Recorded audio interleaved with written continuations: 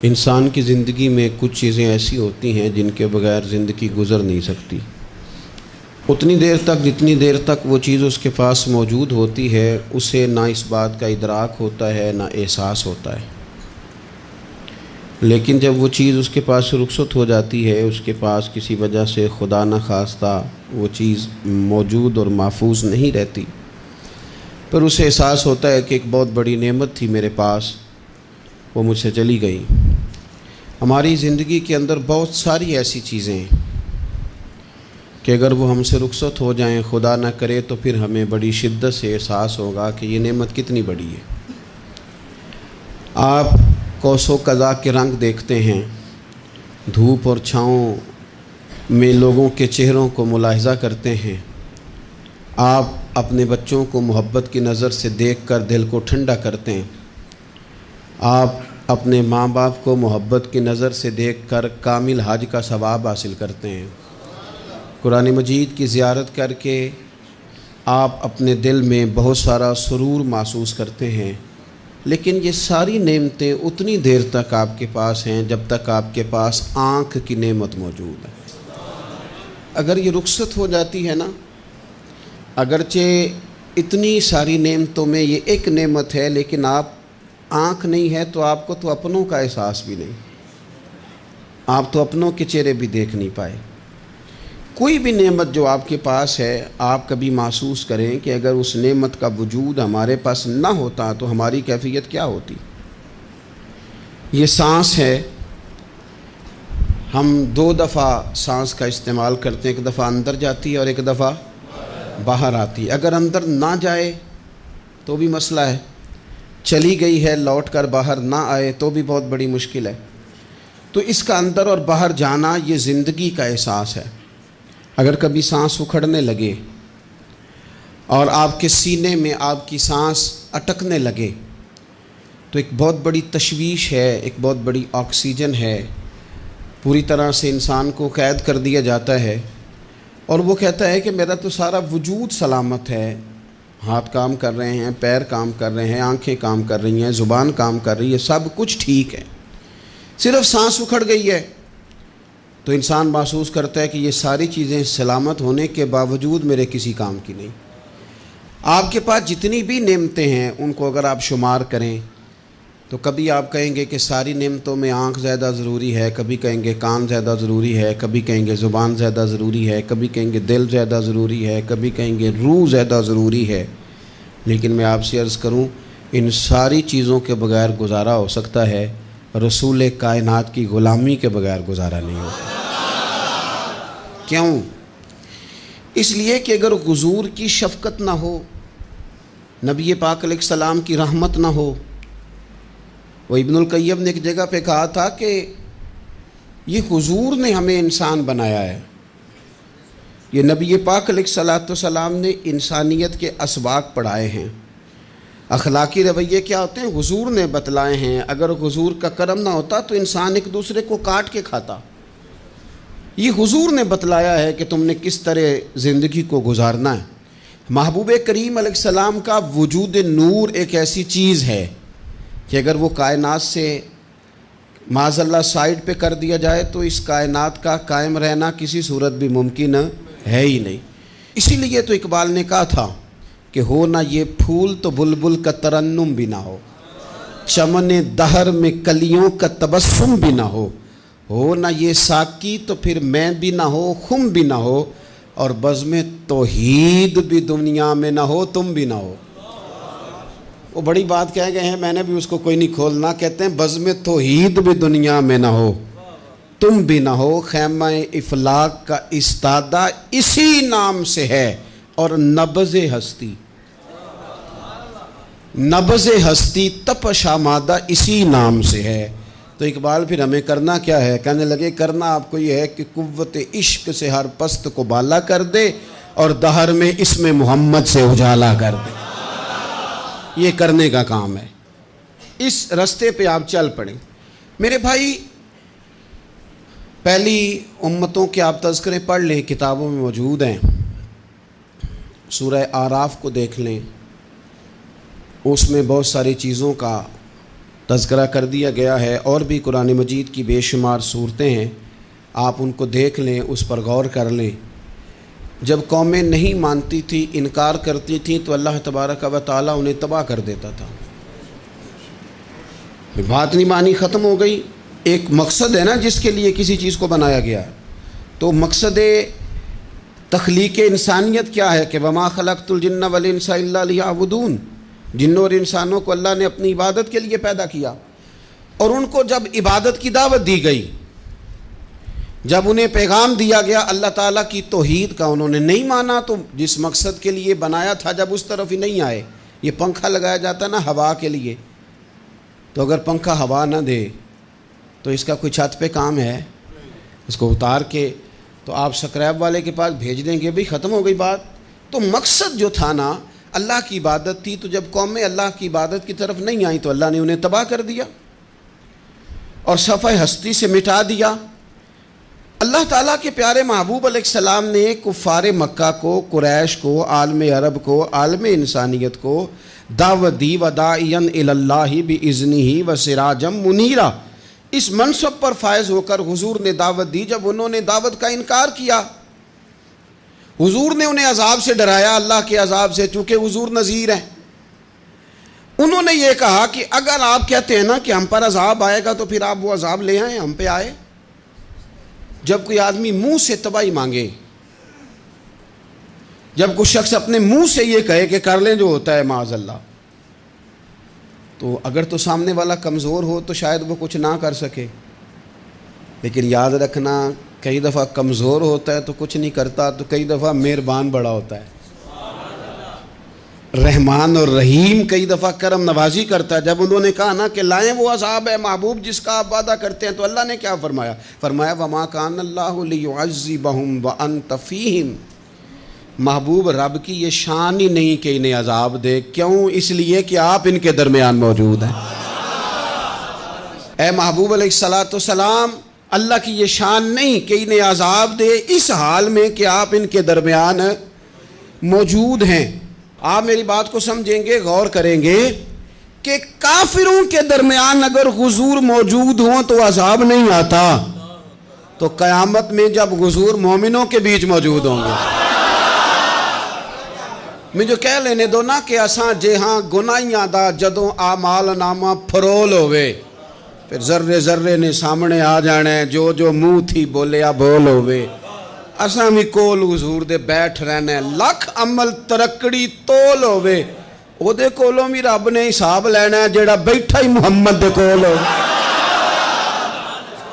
صلی اللہ تعالی علیہ وسلم، او دے کولوں بھی رب نے حساب لینا ہے جیڑا بیٹھا ہی محمد دے کول ہوئے، جس کو کہتے ہیں قیامت حشر، جس کا نام ہے، جس کو کہتے ہیں قیامت حشر، جس کا نام ہے۔ تیرے دیوانوں کے لیے وہ دن تو جشن عام ہے، زیارت ہوگی نا حضور کی، تیرے دیوانوں کے لیے وہ دن تو جشن۔ اور ایک شاعر نے اور بات کھول دی، کہنے لگا ہر نظر کانپ اٹھے گی محشر کے دن، خوف سے ہر کلیجہ دہل جائے گا۔ اچھا جی پھر کیا ہوگا؟ ہر نظر کانپ اٹھے گی محشر کے دن، آنکھیں پھڑ پھڑائیں گی، کانپیں گی اور کلیجے پھٹیں گے۔ منظر ہی ایسا ہوگا، انسان اپنے پسینے میں ڈبکیاں کھا رہا ہے، حساب کا وقت آ گیا ہے اور سورج سوا نیزے پہ ہے، زمین دہک رہی ہے، تو کہنے لگے ہر نظر کانپ اٹھے گی محشر کے دن، خوف سے ہر کلیجہ دہل جائے گا، پھر اوڑھ کر کالی کملی وہ آ جائیں گے، پھر اوڑھ کر کالی کملی وہ آ جائیں گے، پھر اوڑھ کر کالی کملی وہ آ جائیں گے، ہر نظر کانپ اٹھے گی محشر کے دن، خوف سے ہر کلیجہ دہل جائے گا، پھر اوڑھ کر کالی کملی وہ آ جائیں گے، سارے محشر کا نقشہ بدل جائے گا۔ میرے عزیز، حضور کے بغیر گزارا، نبی کریم کے بغیر کوئی چارہ، ہمارا کوئی سہارا ہی نہیں حضور کے بغیر، ہم کدھر جائیں سوائے محبوب کے۔ اس لیے نا صحابہ اس بات پر مطلع ہو گئے تھے، وہ نا بڑی بڑی دھیمی دھیمی باتیں پوچھتے رہتے تھے، اطلاع مل گئی تھی نا کہ اصل کرنا کیا ہے، تو جو رازدار لوگ ہوتے ہیں نا وہ پھر دھیمے دھیمے راز کی باتیں کرتے ہیں، حضرت انس بن مالک حضور کے خادم تھے، اماں نے دے دیا تھا حضور کی بارگاہ میں، کہتے ہیں میں 10 سال مدینے میں حضور کی نوکری کرتا رہا، تو قریب سے دیکھا تھا نا سارا کچھ، بہت ساری احادیث ان سے مروی ہیں، بڑی چیزوں کو دیکھا تھا، تو ہم سیاڑے ہو گئے، باتیں سمجھ گئے، قریب رہنے والے لوگ تو قربان پچھانن والے ہیں، تو گل جان گئے گل کھول دے نہیں، تو قریب پہنچ گئے تھے نا، تو سمجھ آ گئی تھی بات کی۔ تو ترمذی میں موجود ہے، ایک دن حضور سے پوچھتے ہیں یا رسول اللہ قیامت والے دن آپ کو کہاں تلاش کروں؟ یعنی حضور علیہ السلام سے پوچھتے ہیں حضور میں نا قیامت والے دن، بھئی بات تو یہ نا کہ اعمال ٹھیک کیا جائے، معاملات پر توجہ دی جائے، عبادات کا خیال کیا جائے، جو ہمارے ذمے ڈیوٹیاں ہیں وہ پوری کی جائیں، تو وہ کہتے ہیں حضور وہ قیامت والے دن کہاں تلاش کروں؟ تو حضور نے بھی نہیں فرمایا کہ تو اعمال ٹھیک کر، مجھے ڈھونڈنے کی کیا ضرورت ہے، کہاں ڈھونڈوں؟ تو حضور فرمانے لگے مسکرا کے فرمانے لگے، چونکہ قربان پچھانن والے ہیں، تو اے گل جان گئے گل کھول دے نہیں۔ حضور علیہ السلام سے کہا یا رسول اللہ میں نہ قیامت والے دن کہاں تلاش کروں؟ تو حضور فرمانے لگے حوض کوثر پہ۔ یا رسول اللہ وہاں کیا ہوگا؟ تو فرمایا امت پیاسی آئے گی تو میں جام بھر بھر کے پلاؤں گا، میں جام بھر بھر کے پلاؤں گا، ایسا کہ تیری خیر تیرے میں کدے کی خیر، ایسی پلا کہ جس کا نشہ عمر بھر رہے۔ اور ایک نے کہا تھا کہ طیبہ سے منگائی جاتی ہے، سینوں میں رچائی جاتی ہے، توحید کی میں پیالوں سے نہیں نظروں سے پلائی جاتی ہے۔ حضور صلی اللہ علیہ وسلم نے فرمایا حوض کوثر پہ بھی جام پلائیں گے؟ سیانے بڑے تھے حضرت انس، اور بھلا ہمارا کر رہے تھے۔ یہ حضور سے پوچھ کے نا تو ہمیں ایڈریس بتا رہے ہیں، کیونکہ حدیث روایت کر دی نا تو ہمیں ایڈریس سمجھا دیے، پتے بتا دیے کہاں پہنچنا ہے، ساری جگہ سمجھا دی۔ چلیں جدید دور آ گیا ہے، انہوں نے لوکیشن بتا دی، کہاں کر کے نا کس جگہ جا کے سٹاپ کرنا ہے کام۔ یا رسول اللہ وہاں ملاقات نہ ہوئی تو حضور نے فرمایا پھر پل صراط پہ آنا۔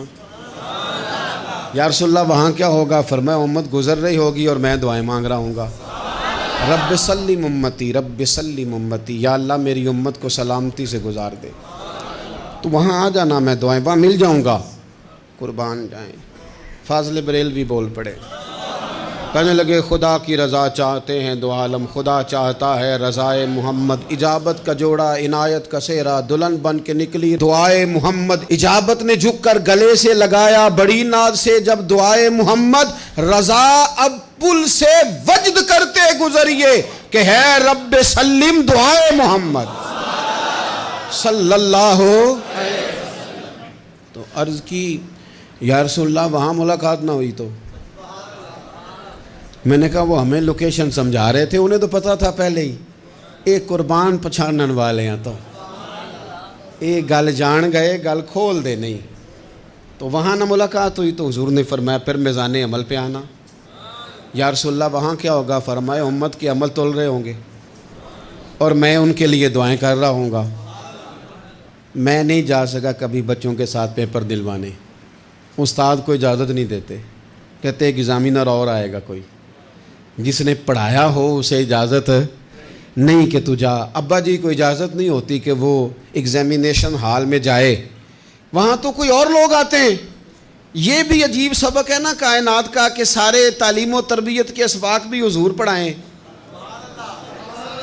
رنگ بھی سارا حضور ہی بتائیں، اور قبر کے سوالات بھی سارے ہمیں حضور بتا دیں، اور جب پیپر ہونے لگے تو سراہنے بھی کھڑے ہو جائیں، تو پھر کہہ لینا ایک دفعہ پھر کہ وہ دے کولوں کی رب نے حساب لینا، جیڑا بیٹھا ہی محمد دے کولوں، وہ دے کولوں کی رب نے حساب لینا۔ میرے عزیز ہمارا گزارا نہیں حضور کے بغیر۔ لوگ اصل میں نا ہمارا مسئلہ نہیں سمجھتے، ہمارا مسئلہ کچھ اور ہے۔ لوگ ہمیں نا بلا وجہ پریشان کرتے ہیں، کبھی جھنڈے سے، کبھی ڈنڈے سے، کبھی جھنڈی سے، کبھی کسی شے سے، کبھی کسی شے سے، کبھی کہتے ہیں وہ نعت اونچی پڑھ لی، کبھی کہتے ہیں سلام اونچا پڑھ لیا، کبھی کہتے ہیں وہ جھنڈیاں لگا دیں۔ میں نے کہا آپ کی بات بھی ٹھیک ہے، پر ہمارا مسئلہ تو سمجھو نا، ہمارا گزارا نہیں نا بھائی۔ جو کسے دا عاشق ہووے او گل اسے دی، 100 مکر بہانے کر کے میں پوچھے میاں صاحب نو مزار تے جا کے کہ مکر کرنے ٹھیک نے؟ تساں کہنا مکر کردا ہے تے حضور ٹھیک نے؟ تے مینوں لگدا ہے کہ پولا جان دے سے پئے کہ سونا راضی کرنا ہوئے تے موڑ ٹھیک نے۔ حضور نے ایک دن کہا تھا، حضرت ابو سعید خدری نے کہا یا رسول اللہ، آپ قرآن پاک کی تلاوت کر رہے تھے، قرآن پاک بڑا سونا پڑھتے تھے نا، تو نبی کریم نے سن لیا، اب کیا کریں، دلیل دیں گے تو بات مضبوط ہو جائے گی۔ حضور نے سن لیا تو بعد میں فرمایا ابو سعید تو بڑا سونا قرآن پڑھتا ہے، رب کے علاوہ کسی کو دکھا کے عبادت کرنی جائز ہے؟ حضرت ابو سعید خدری کہنے لگے سن رہے ہیں، مجھے پتہ نہیں تھا آپ سن رہے ہیں، ورنہ میں نے تو اور بنا بنا کے پڑھنا تھا۔ اب تو مان جاؤ نا، جو کسے دا عاشق ہوے گل اسے دی کرد ہے، 100 مکر بہانے کر کے، 100 مکر بہانے کر کے او دے ہی مرنے مرد ہے۔ میرے عزیز ہماری مجبوری ہے، لوگ اس بات کو سمجھتے نہیں، ہماری مجبوری ہے، حضور کا میلاد ضروری ہے، لوگ سمجھتے نہیں بات کو، اس لیے بلا وجہ رٹا ڈال کے بیٹھتے ہیں۔ بھئی ہم نے تو کوئی رٹا ڈالنا نہیں، نہ سیاست کا، نہ دولت کا، نہ اقتدار کا، نہ کسی اور چیز کا۔ سیاست دے جھگڑے اساں چھوڑ دیتے، یہ تے محبت دا جھگڑا ہے، یہ چھڑا کوئی نہیں سکتا۔ تو میرے عزیز ہمارا حضور کے بغیر گزارا، اور نبی پاک علیہ السلام کے بارے میں رب فرماتا ہے وَلَسَوْفَ يُعْطِيكَ رَبُّكَ فَتَرْضَىٰ،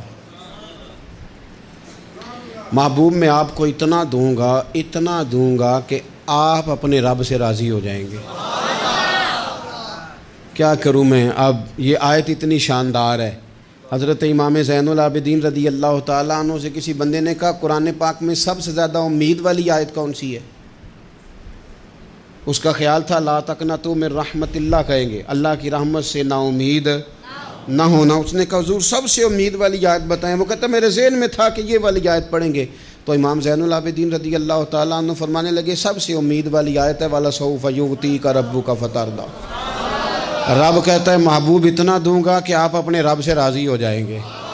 آیت نازل ہو گئی تو حضور پتہ کیا فرماتے ہیں صحابہ سے؟ فرماتے ہیں رب کہتا ہے حبیب تجھے راضی کرنا ہے، اور جب تک میرے سارے غلام جنت میں گئے نہ میں نے اللہ سے راضی ہونا ہی نہیں، میں نہیں راضی ہوتا اللہ سے، سارے جائیں گے تو تب تو میں تو کہتا ہی رہوں گا نا قربان پچھانن والے آتا۔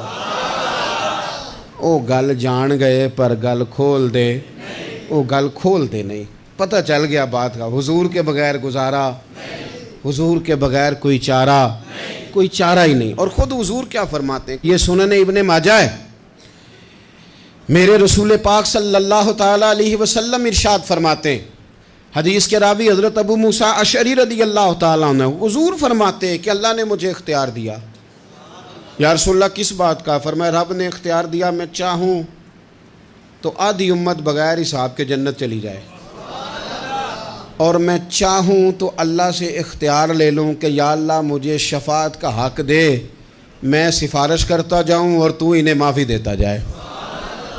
یہ مجھے اختیار دیا اللہ تعالیٰ نے۔ تو حضور کیا فرماتے ہیں؟ فرماتے ہیں وہ آدھی امت والا سودا نہیں میں نے قبول کیا، میں نے نہ شفاعت لی ہے، کیونکہ یہ عام تر ہے اور یہ کفایت کرنے والی ہے، یہ عام بھی ہے اور کفایت کرنے والی بھی ہے۔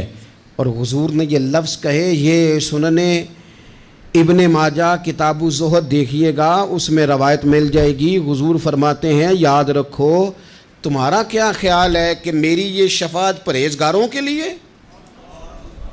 خود جملہ استفہامیہ سے بات کرتے ہیں، تمہارا کیا خیال ہے کہ میری یہ شفاعت جو قیامت میں میں سفارش کروں گا تو پرہیزگاروں کی کروں گا؟ حضور فرماتے ہیں نہیں، میں قیامت میں گناہ گاروں کی سفارش کروں گا، میں گناہ گاروں کی سفارش کروں گا، گناہ گاروں کے لیے عرض کروں گا اللہ کی بارگاہ میں۔ کچھ دن پہلے میں کہیں پڑھ رہا تھا کسی کا مضمون، اس نے تشبیہ کس طرح کی دی ہے مجھے پتہ نہیں، لیکن لکھ دی بات، کہنے لگے ایک وکیل ہوتا ہے ایک شفیع ہوتا ہے، ایک وکیل ہوتا ہے ایک، حضور وکیل نہیں ہمارے، حضور ہمارے شفیع ہیں، شفاعت کرنے والے ہیں۔ وکیل یہ کہتا ہے جج صاحب سے کہ یہ جس کا میں وکیل ہوں نا، اس نے نا غلطی کوئی نہیں کی، اسے معاف کر دیں۔ وکیل یوں بحث کرتا ہے، کہتا ہے اس نے کیا ہی نہیں، جرم معاف کریں۔ اور جو شفیع ہوتا ہے نا وہ کہتا ہے مالک اس نے سارے کیے، تو میرے آنے کی لاج رکھ اور اسے معاف کر دے۔ یہ وکیل اور شفیع کا یہ فرق ہوتا ہے کہ شفیع کہتا ہے سونے سارے کیے ہیں، بڑے بڑے پاپ کیے ہیں، پر میں جو آ گیا ہوں تو مہربانی کرنا معافی دے دے۔ میرے عزیز، حضور کے بغیر کہیں بھی گزارا نہیں ہے۔ ہم نے نا جب یہ بات سمجھ لی، اور پتہ ہے نبی کریم صلی اللہ علیہ وسلم نے آگے بڑھ کے خود بھی کئی مقامات پر اس بات کو کھول کر مختلف انداز میں بیان کیا۔ حضرت عبداللہ ابن عباس رضی اللہ تعالیٰ عنہ کی روایت آپ دیکھ لیں، یہ آپ کو مستدرک میں ملے گی۔ حضور صلی اللہ علیہ وسلم فرماتے ہیں قیامت کے دن اللہ تعالیٰ انبیاء کے لیے نور کے ممبر بچھائے گا، ہر نبی ممبر پہ بیٹھ جائے گا، ہر پیغمبر علیہ السلام اپنے ممبر پہ جلوہ فروز ہو جائیں گے، ہر پیغمبر۔ لیکن حضور فرماتے ہیں میرا ممبر خالی ہوگا۔ یا رسول اللہ صلی اللہ تعالیٰ علیہ وسلم آپ کا ممبر کیوں خالی ہوگا؟ حضور فرماتے ہیں میں ممبر چھوڑ کے رب کی بارگاہ میں کھڑا ہو جاؤں گا، اور اس ڈر سے کھڑا ہو جاؤں گا کہیں ایسا نہ ہو کہ میں جنت میں چلا جاؤں اور میری امت رہ جائے۔ میں اپنی امت کی سفارش کروں گا، رب میری امت کی سفارش قبول کرے گا۔ فرماتے ہیں میں اتنی سفارش کروں گا، اتنی سفارش کروں گا کہ جہنم کا دروغہ مجھ سے کہے گا کہ محبوب کمال ہو گئی، آپ نے تو اپنا کوئی غلام دوزخ میں رہنے نہیں دیا، سارے آپ نے نکال دیے۔ کسی شاعر نے بڑی خوب بات کی تھی، اس نے کہا تھا کہ یاد رکھو قیامت کا جو دن ہے نا، یہ قیامت کا دن دراصل ہمارا وقت ہوگا خاص، جب ہم نبی پاک صلی اللہ علیہ وسلم کی بارگاہ میں جائیں گے تو ہمیں سمجھ آ جائے گی کہ دنیا میں ہم نے کئی دوستیاں لگائی تھیں پر جھوٹی لگا بیٹھے، ایک دوستی سچی ہے جو مدینے والے کی ہے۔ وہ کہتے ہیں محمد بوٹیا جھوٹا ہی جاگ سارا، اے سچیاں مدینے والے دیاں یاریاں، سچیاں مدینے والے دیاں۔ تو نبی پاک صلی اللہ علیہ وسلم کے بغیر نہ دنیا میں گزارا ہے، نہ قبر میں گزارا ہے، نہ آخرت میں گزارا ہے۔ اب ایک سبق ہے، وہ سبق بھی آپ نے ضرور یاد کرنا ہے۔ جس شخصیت کے بغیر ہمارا گزارا نہیں، نہ قبر میں، نہ حشر میں، نہ پل صراط پہ، نہ میزان عمل میں، نہ حوض کوثر پہ، تو ہمارا ان کے بغیر دنیا داری میں گزارا کیسے ہو جاتا ہے؟ ہمارا تجارت بھی حضور سے سیکھیں، گھرداری بھی حضور سے سیکھیں، شادی بیاہ کے طریقے بھی حضور سے سیکھیں۔ جب گزارا نہیں حضور کے بغیر تو پھر زندگی کے سارے سلیقے حضور سے سیکھیں، پھر ادھر ادھر جانے کی ضرورت ہے۔ حضور کی سیرت کو پڑھیں، سوانے کو پڑھیں، حیات مبارکہ کا مطالعہ کریں۔ یہ جو ہم میلاد کا جلوس لے کے نکلتے ہیں نا، جب ہم نے نا بہت ساری چیزوں کو سطحی سا سمجھ لیتے ہیں معاذ اللہ بعض اوقات۔ یہ جب ہم میدان میں نکلتے ہیں نا، میلاد کے جلوس میں حضور کے نام کا نعرہ لگاتے ہیں، تو ہم نا للکارتے ہیں اس نظام کو جو نظام حضور سے پہلے تھا۔ امیر غریب کی تقسیم تھی، ذات برادری کی تقسیم تھی، چھوٹے بڑے کی تقسیم تھی، گورے کالے کی تقسیم تھی۔ ہم جب میدان میں نکل کے نعرہ لگاتے ہیں تو ہم اس نظام کو للکارتے ہیں، ہم کہتے ہیں وہ نظام نہیں چلے گا، اب حضور کا میلاد ہو گیا ہے۔ اب نظام وہ ہے کہ جس پلیٹ میں ابو بکر صدیق کھانا کھائیں گے اسی میں بلال حبشی بھی کھائیں گے۔ اب نظام وہ ہے کہ اگر غریب آدمی جرم کرے گا تو سزا ملے گی، تو اگر گورنر کا بیٹا جرم کرے گا تو سزا اسے بھی ملے گی۔ اب حضور کا نظام آ گیا، ہم اس نظام کی طرف بڑھتے ہیں۔ اپنے آپ کو حضور کے قدموں کی طرف مائل کریں۔ میلاد صرف 1 سے 12 ربیع الاول تک نہیں، میلاد سارا سال ہے، ذکر میلاد سارا سال ہے، میلاد کی محفل سارا، اور میلاد صرف مسجد میں نہیں، گھر میں بھی ذکر میلاد، دکان میں بھی ذکر میلاد۔ ذکر میلاد سے مراد حضور کی تعریفیں، نبی پاک کی شانیں، حضور کی باتیں، آ میرے دل آمنہ کے لال کی باتیں کریں، چہرہ والشمس کے اجلال کی باتیں کریں، اپنی طبیعتیں حضور کے ساتھ لگائیں، اپنے آپ کو حضور کے قدموں سے وابستہ کریں، اور عشق کریں نبی پاک سے۔